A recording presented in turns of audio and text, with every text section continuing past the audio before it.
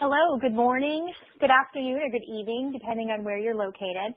I'm Susan Warner, Product Marketing Director at ThreatTrack Security, and I'd like to thank you for joining us today as we discuss detecting, analyzing, and mitigating advanced threats. Our speaker today is Charles Hessifer, the Senior Solution Engineer at ThreatTrack and an MMA fighter, MMA being malicious malware attacks. And I'm sorry, that's my bad joke, not his. Charles has over 17 years of experience in building both organizational IT infrastructures and the security solutions needed to protect them. Before I hand things over to Charles, I wanted to mention just a couple housekeeping items. If you have questions, please feel free to enter them in the tab provided in the interface, and we will get to them either at the end of the presentation or we will follow up with you after the event. So I don't want to take up any more of our time. So Charles, are you there? I am indeed. Thank you, Susan. All right. So hello and welcome to everyone. I appreciate your attendance today. So let's go ahead and get started. First, we're going to talk about what we do, right? So what does ThreatTrack bring to the table? What are some of the solutions that we help your organization solve? And then we'll dial, as we continue through the presentation, we'll dive deeper into some of these areas. Behavioral detection, right? So how do we do that? What are some of the things we feel we have some unique features that we're bringing to the table that we would like to illustrate to you all today? End-to-end visibility. We'll talk about some of the problems that we've seen in the past and how we're implementing solutions that we feel overcome those obstacles, as well as provide real-time analytics to help your organization protect against things such as cyber threats, advanced malware, and targeted attacks. Before I do that, let me talk a little bit about the organization. We're building off of about 20 plus years of malware experience. That starts from the endpoint side of things and then has evolved into our sandboxing technologies and then ultimately into our Threat Secure product line where we sit today. So what are the problems?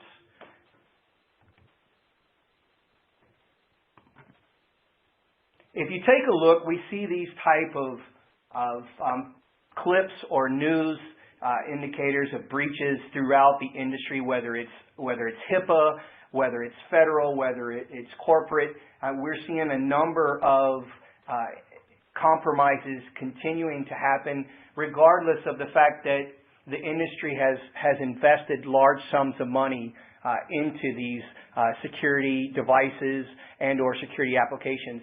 And so, we stop and think and we ask ourselves, why might that be occurring? So arguably, one of the number one reasons is the poor security administrator that you see here is responsible for so much, right? Especially giving medium-sized to a large enterprise type environment where you have a number of disparate systems, whether it's vulnerability scanners, whether it is compliance type regulations or scans, firewalls, IDS, IPS. I mean, the list goes on and on, right? In terms of just the energy, the skill set that's required to manage all of these individual systems, let alone the ability to correlate information from one system to the other in order to be able to identify threat, to really understand what the scope of the threat is and ultimately be able to contain it effectively, right? So we'll talk about that. We'll talk about some of the things that we do to help address these problems.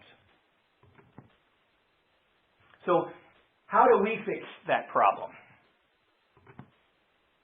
First of all, we start by answering some simple questions. The first fundamental question is what could happen, right? The second question is what and how did it happen? And then the third question is where did it happen? And I'll talk about each one of the platforms in our portfolio that illustrate information or bring to light information that answers these particular questions. So if we take a look at the ThreatTrack portfolio, there's a number of products included here, so I'll take a few minutes to cover each one. We'll start out with Threat Analyzer. which is our sandboxing technology that's been available in the industry for 10 plus years now. So we have a lot of experience to build off of, and it allows organizations to answer questions such as what could happen, right? How does it affect me? So if you think about that, Threat Analyzer brings a lot of automation and customization to the table, meaning first and foremost, it has a RESTful API that allows your organization or your security practitioners to streamline or automate the submission of samples, whether it's software samples, whether it's malware samples, and really be able to streamline that process, submit those samples, as well as retrieve the results of those samples. And I'll talk a little bit more about the format and what are the data sets that are available after a sample has been analyzed here in a bit. Threat Analyzer also is a software-based solution. So you have the ability as an organization to deploy it on bare metal or physical systems as well as virtual systems. So we have some customers that deploy them on the virtual systems. They leverage snapshot technology. They have one or more clients deployed depending on the number of samples that they want to process. They have the ability to customize those clients or those targets based on the application stack that they're running in their organization. So if you have 3 different versions of Office that's required throughout your organization, you can deploy those clients and group those, and we'll talk a little bit about that a little later. In addition to that, as I mentioned, if you're doing deeper malware analytics and you want to be as stealthy as possible, we offer the ability to, as I mentioned earlier, to deploy on a physical system and then leverage our included deep freeze technology so that you could revert back to a known good state. And what this allows you to do is it allows you to analyze malware that's using things such as direct I/O or talking directly to the hardware. So it allows us to be a little stealthier when we need to be. We'll talk a little bit more about Threat Analyzer and how it synergizes well with the other products here towards the end of the presentation. So I'll go ahead and move over into Threat Secure Email and Threat Secure Network. So Threat Secure Email and Threat Secure Network, they answer the questions, what happened in the organization or during that particular event, how did it happen, and then what else happened, right? So we'll talk a little bit about that here in a bit when we talk about some of the things that are unique to us in terms of what we bring to the table. I'll talk a little bit about attack path prediction, also talk a little bit about role inference and how, given the level of visibility and all the detailed information that we have, how you can really understand what's going on in your environment and then ultimately be able to identify a scope of an incident and then hopefully contain that in an efficient manner. And then lastly, on the endpoint side of things, where did it happen, right? So being able to isolate what systems were potentially impacted so that then I could go out and mitigate that as a security practitioner. All of these things are critical and important, and we'll talk a little bit more about them here in a bit. So what does it take in order to address some of the solutions or some of the problems that we talked about earlier? And in my opinion, we need to operate more effectively. We need to be more efficient, and we need to focus on things that are relevant to the situation or the given incident. And I'll talk a little bit about how we do each one of those, right? So in terms of operating more effectively, we could take a look at behavior detection through Threat Secure Network. If we look at behavior detection, we're able, and you'll see some examples of this here in a bit, we're able to see what are the services that are being consumed, the services that are being provided within your infrastructure. And this is not just your traditional north and south type traffic or activity. We're also focusing on east and west or lateral movement, and I'll talk a little bit about why that's important and how that can help you as well. And then here, change detection, right? So with change detection, we want to be able to enumerate things that stand out, right? The human eye is really good at spotting or visualizing patterns. So whether that is malware that's beaconing out to the external world, whether that is a host that is communicating for the first time to a database server, whether that is a particular target that is grabbing a large amounts of data from a file server that it normally doesn't do. All of these things can be easily spotted and visually represented throughout the interface that allows you to focus on what your highest threat elements are, and then ultimately be able to investigate to verify whether or not that is a legitimate action or not. In terms of operating more efficiently, it starts with real-time analytics.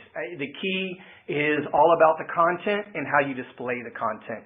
If any of us that are in the industry and we're pounding sand in terms of writing scripts, trying to keep up with this script, update this, integrate, ingest information, it's a difficult task, right? And having the ability to use a UI to facilitate the visualization of what's going on and perform those analytics is key. And then the overall correlation of that activity, right? So what was I seeing before a particular threat, was detected? What happened during that time frame? And equally as important, what happened after? Did I see any type of lateral propagation? Did I see the system call out to the internet and download additional tools? And so all of those things we'll talk about here in a bit. And then in terms of being relevant, right, this is about environmental context. This is about focusing on what matters to your organization. And we talked a little bit about that when I was given the description of Threat Analyzer, right? The ability to customize these things and to focus on how these samples would impact your environment. And that's really what we're after as security practitioners. And we feel here at ThreatTrack, if you're able to incorporate all of these elements that I just reviewed, then you'll have true visibility that matters, right? So let's move forward and let's talk about that for a bit. I'll start out with Threat Secure Network. What you see right now is a typical phase 1 deployment of Threat Secure Network. Right? We have generally with our customers, we see multi-phased approaches. The first phase is normally in order to add the greatest visibility to the organization, we start closest to the heart, which we consider to be the user base. So in phase 1, you would deploy our system downstream to any translation devices, so we can get as close to the IP as possible, and we'll talk about why that's important, and then we'll talk about attribution to the user here in a bit. But essentially, we hang off of a span port or a full duplex tap. So yes, we do need to see both ingress and egress traffic, as well as lateral movement, right? So if you can place it in a location that allows us to see that lateral movement, you'll recognize the importance of that here in a bit as well. Even though we're a passive device, we still offer organizations the ability to mitigate potential threats, and we do that in the form of TCP resets. And I'll talk about that a little more, and we'll highlight it in the interface when I start walking through some of the screenshots of the application. So what are some of the things that we do when we're sitting on the wire here? We are a deep packet inspection, right, capable. We're not just looking at flows. We have the ability to identify protocols, a wide range of protocols, regardless of the ports, whether or not they're running on non-standard ports. We can enumerate traffic such as Skype traffic. We can enumerate Netflix traffic, which I'll talk about an example of that here in a bit. We have a wealth of information that we provide from a threat perspective, as well as just from an organizational perspective in terms of what services and protocols are being consumed or provided throughout your infrastructure. So I'll talk a little bit more about that here in a bit as we move forward. As we're sitting on the wire, we are, as I mentioned, we are analyzing, we're deep packet inspection aware. We're not necessarily capturing raw packet captures. We're not warehousing PCAP data. We do have the ability to capture this information and use it to our advantage, build the scenarios that we need, maintain the metadata that's required throughout a data storage period. But in terms of just warehousing the PCAP data, we're not doing that. Once we're sitting on the wire, right, once we're deployed, we start looking at the HTTP protocols as well as the FTP protocols, and we start carving out the files and URLs that are traversing that particular point, and then we submit those to a multi-phase, cost-aware behavioral detection pipeline, as you see here, right? So our first phase is generally the low-hanging fruit type stuff, the known phase, where we're submitting to a white list or a black list. And the goal here is just to be as efficient as possible and be able to submit and get an answer with the least amount of resources consumed. The second phase is the static phase, and we have a series of antivirus engines that we submit to that are able to examine a particular sample and then return some information back to us as well. And if for some reason phase 1 and phase 2 are not able to identify a threat, then we submit ultimately to phase 3 or our dynamic phase. And this is really where we start to leverage our 10+ years in sandboxing technology and a lot of the malware that we've seen and the behaviors that we've seen from those malwares, whether it's through our endpoint agents that have collected this throughout the years, or whether it's through our public sandboxing where we've learned from the information submitted there as well. So ultimately what we do is we submit those samples to our sandbox, we stand them up, we do various types of algorithms and behavioral modeling against that to determine what are or to enumerate some of the behaviors, and we'll see some examples of that here in a bit. And then ultimately, we provide a confidence score based on the attributes or the behaviors that we're seeing, how confident we are that this could potentially be a threat to your organization. And we'll talk more about that here in a bit. Before I proceed, I'd like to talk a little bit about threat secure email. So if you think of threat secure email, everything that I've talked about with threat secure network for the most part holds true for threat secure email. Except for, obviously, we're not on the wire in terms of monitoring packets. We're on the email flow side of things. So we've transitioned the context from systems that are on your system to the actual users that are within your organization, right? So you can deploy, as you see here, you can deploy threat secure email in an inline fashion, which allows us to do all of the behavioral detection steps that I just mentioned on attachments and or URLs in the message body.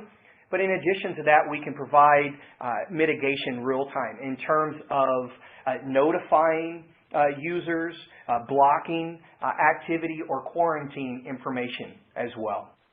All right, and we'll talk a little bit more about that here in a bit. If your organization needs to be able to support things such as Office 365 or some other type of cloud type solution where you really need to leverage a out-of-band or a BCC mode type analysis, we can do that as well. So you could put threat secure email into its BCC mode, and then all of the characteristics and features that I mentioned earlier are still available with the exception of the real-time mitigation. So we'll take a few minutes, we'll look at this screen. I'm not going to spend a lot of time because we're going to dive deeper into other areas, and in the interest of time and to be able to answer questions at the end, I want to just give a recap of what you're looking here. Basically, you see the vertical line there in the large slide in the background. That is the point at which we've identified the threat, and then the blue line there is the target inbound. So you can see we're overlaying, and I'll talk to more detail about this here in a bit.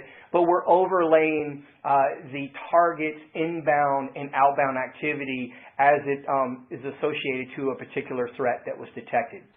In the smaller little box here, you can we have a little bit of a synopsis in terms of what the details surrounding the threat and what type of file it was, what are the fingerprints of that file, what was the containing file, whether it was a compressed file, and I'll show a better example of this here in a few minutes. So if we're able to pivot from this point, from the previous screen, we've pivoted into the target IP, and we're focused now on the actual target of that particular threat, which is 10.22.25.32 here.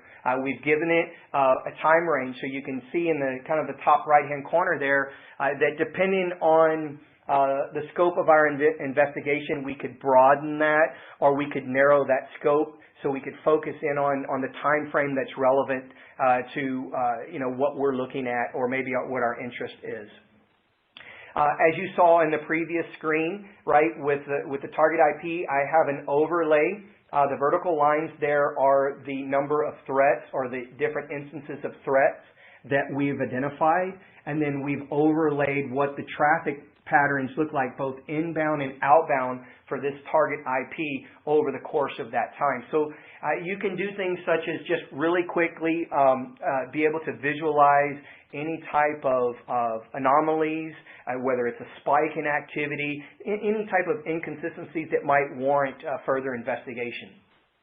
And then building off of that, and kind of one, if not the most important thing that we feel that really separates and some really cool things that we're doing here at ThreatTrack is the ability not only to identify when a threat occurs, but being able to overlay the network activity or provide network visibility in terms of that particular target for what was going on before, during, and after a particular threat was detected. And I'll talk a little bit more about thressions, which is essentially a threat session, here in a bit. But as you can see here in the bottom of the screen here, to the left, we can see all of the services that were consumed by that target, and then all of the services that were provided by that target. This is where we really get into, the ability to do things such as role inference, to be able to do attack path prediction. So we can see things, what led up to the threat, what were the HTTP referrers, so that we can isolate where the request originated from. We can do things such as see the activity that's happened or transpired after the detection of a particular threat. So did that system set up any type of backdoors?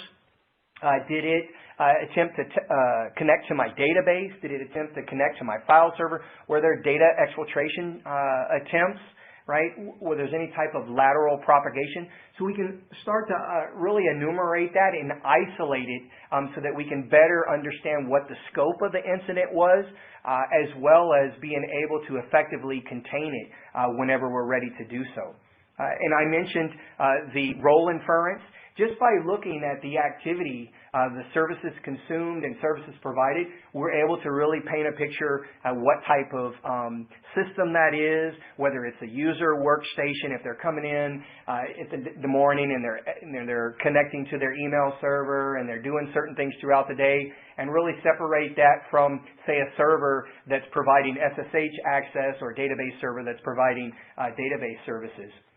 In addition to that, we can really help you identify or start to do attack path prediction. So in the event that you see, for example, this targeted IP, right, you see there's a number of threats that were inbound to that target. This target, requires further analysis, but it could potentially be compromised at this point. And as an investigator, we want to understand a couple of things. We want to understand, one, whether or not indeed it was compromised, right?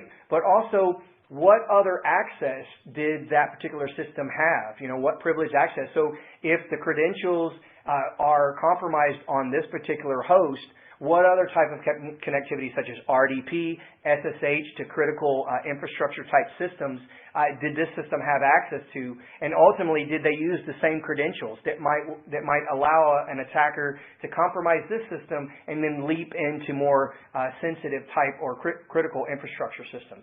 So we provide or bring all of that to the table for you. The next thing I'd like to show you here is what I like to call our product inside of a product, right? So this is what you're looking at right now is ThreatSecure's TS Labs.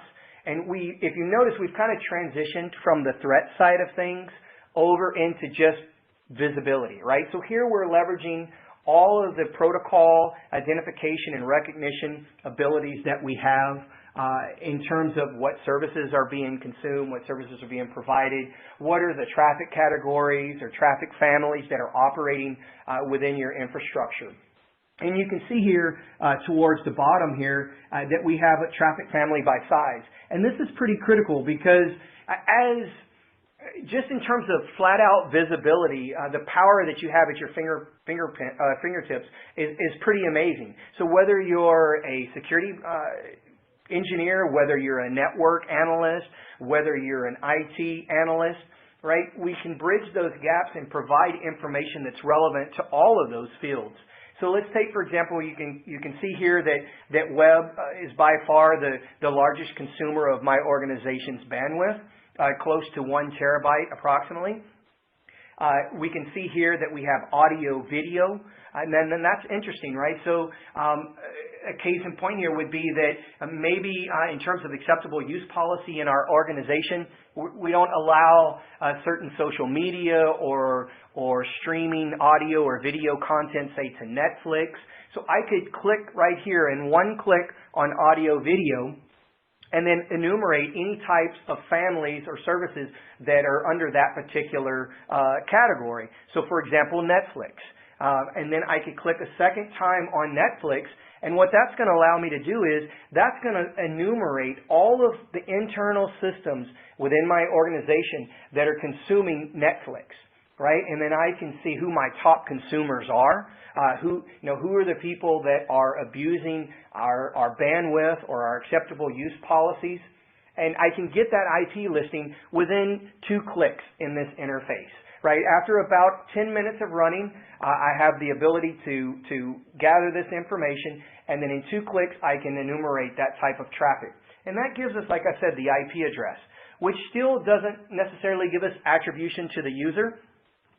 So at this point, typical organizations would have to go and take a look at their DHCP logs. They would have to correlate that with maybe the switching fabric, and then ultimately trace that back to a port, and then lastly an end user. But since we're Kerberos aware, we're able to parse these authentication events, and then we can do a couple of extra clicks and give you complete attribution down to the user. So within 4 clicks, we can show you the fact that audio video was being consumed, that it was specifically Netflix that was being used. These were the IP addresses that were consuming those services. And then lastly, this was the user that was logged onto that system that was consuming those resources. So complete attribution down to the user in 4 clicks. Pretty impressive stuff. All right, so we've talked a little bit about the products and some of the questions that they answer. And now let's take a look at a particular use case, and we can see kind of the threats in action and walk you through what maybe a real-world scenario would look like.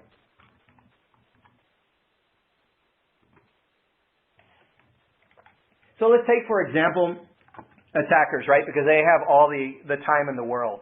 And they can sit back, they can research publicly available information that's out there, and it's pretty impressive the amount of information that one can gain just by searching, right? So we can get company or organization information, we can get their geographical locations, we could get their board of investors, some of their top leaders within the organization, whether or not those leaders are going to be participating or presenting at a conference at any time soon. So we can really gather a lot of information as an attacker to help us start the social engineering process to gain the confidence for our target, right?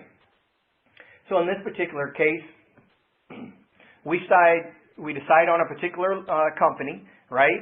And then we've identified the CFO, or the attacker has identified the CFO as being his potential target. So he starts doing a little more analysis in terms of what's going on, or what that CFO is doing, what are some of his interests, what are some of the conferences that he frequents, and then ultimately gaining the relationship, maybe conversing with him over social media, ultimately to gain the confidence of the CFO so that he can ultimately exploit that, right?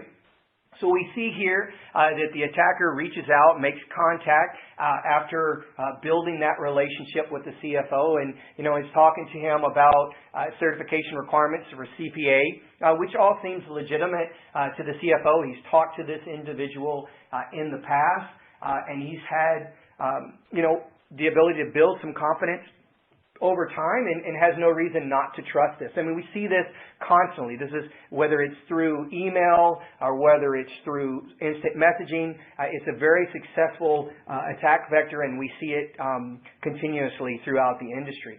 So what happens here, right? The CFO, obviously, he trusts the individual, and he decides to click on the link, and he downloads the attachments, and he says, I'll help him out, and opens up the files and ultimately exploits his system, right? But what he doesn't know is in the background, this organization is protected by Threat Secure Network and has a 24/7 operation where initial alerts are headed to a NOC or a SOC environment, and then ultimately they confirm that and then escalate to an engineer. So here we'll talk a little bit about, this is an example of our SMTP real-time notification. We do offer integration with SIM as well as syslog, right? So regardless of the application that you're using, essentially the NOC operator or SOC operator would get this information, gives you a quick synopsis of what happened, right? What are the IP addresses in question, just an overview of what was going on, and then you can pivot from this particular event directly into the console and start your analysis. And so that's where your security practitioner would then be notified, and then he would pivot into the interface. And then when he first logs in to Threat Secure Network, he's presented with this interface that you see here. So it gives him a little bit of an overview, a 7-day overview in terms of all the flows that have been analyzed, any threats that have been found for that day, the number of files that have been scanned, the number of URLs that have been scanned, what are some of the top attackers and top targets, as well as the payload vectors. But more importantly, if you see here at the top, we have the reason that the incident was escalated to him, and that's because there was a particular threat. And he's able to click on that and then pivot into the information that's relevant for this particular situation. So when he does that, he goes into the unreviewed threations side of things, and I'll talk a little bit more about threations here in a bit. But as we mentioned earlier, it's a threat session with essentially communication between the attacker and the target. So he gets a general overview of what's going on, what the activity, etc. is. So as I proceed through this, we'll focus on some of those key areas, right? So we get quick visibility into the threat details, right, including the behaviors. We don't get a long listing of the behaviors or the individual or the specifics associated to those behaviors. We get that once we dial in a little deeper into the particular event. But what you can see here is ultimately we have two files, right, that were analyzed that were both contained inside the CPA_designation.zip file. So we do have the ability to look inside compressed files and go X number of nests deep, depending on your configuration. I talked a little bit earlier this morning about our scoring system that is 1 to 10, with 10 being our highest confidence score. And as you can see here, based on the behaviors that we're seeing here, we apply the score of 10, right? Now I can also focus on the type of activity. Was it a GET request? How do we go about doing this? I have access to the original request and response headers. I can see the metadata associated with the attacker. So maybe I can get the point of origin, or at least maybe the last hop that will help me trace that back if I need to. I can get the port and protocols that are in question. On the target side of things, I can get the operating system that's being utilized. I can get the browser that was used. I can do things such as enumerate whether or not we've seen this particular threat in the past, right? And now I'm able to drill down. At this point, I can decide, do I want to focus on my target or do I want to focus on my attacker? And maybe I want to just get an overview of this attacker. So have I seen things in the past from this particular attacker, right? And here, this is a pretty good real-world indicator in that previously we were able to see that there was incidents or threats that were inbound from this attacker. And then we had a down period, quite a significant amount of time. And this could indicate that, during this first cluster of threats, we responded, we mitigated this, we increased the effectiveness of our border devices. Maybe we tweaked firewall rules or ACLs, which ultimately led to the mitigation or the prevention of this guy from getting in. But maybe at some point in time, as an organization, we did a change on a firewall, or they weren't completely saved on a device, and we rebooted that device. So the mitigation parameters that we set on those devices have now been erased, and now we're back to where we started from. So this kind of helps you not only identify threats, right, and respond to them, but just really understand why you were seeing this before, and then you mitigated it, and now it's been reintroduced into your environment. So that helps as well.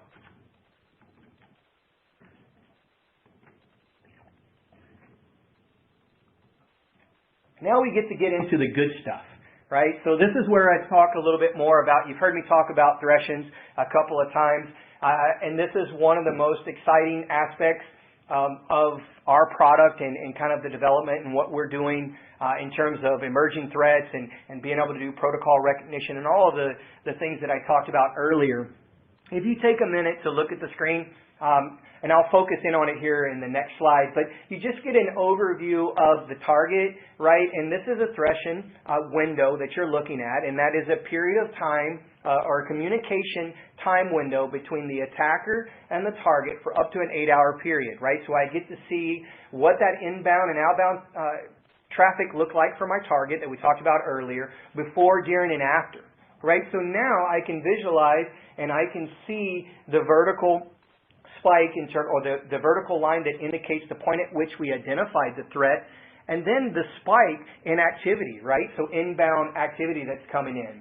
We can see here that may indicate callback activity or a particular system that is going outbound, right? Or excuse me, that's connected outbound and now downloading tools, whether that's to further exploit that particular host or to do lateral propagation or reconnaissance on your internal infrastructure, right?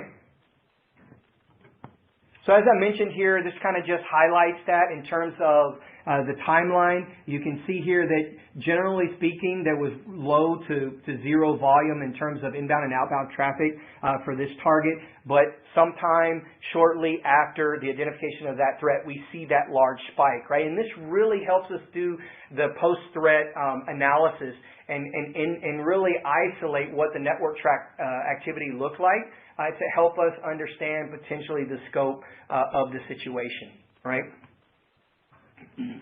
So I talked about earlier how we had the ability to enumerate the behaviors, but we really, at the screen that we were at before, we really couldn't dive into the behaviors and really understand what each one of those were. So here is a more detailed view where you can see we get the file, right? What was the file? What was the MD5 or the SHA? And then a listing of the behaviors.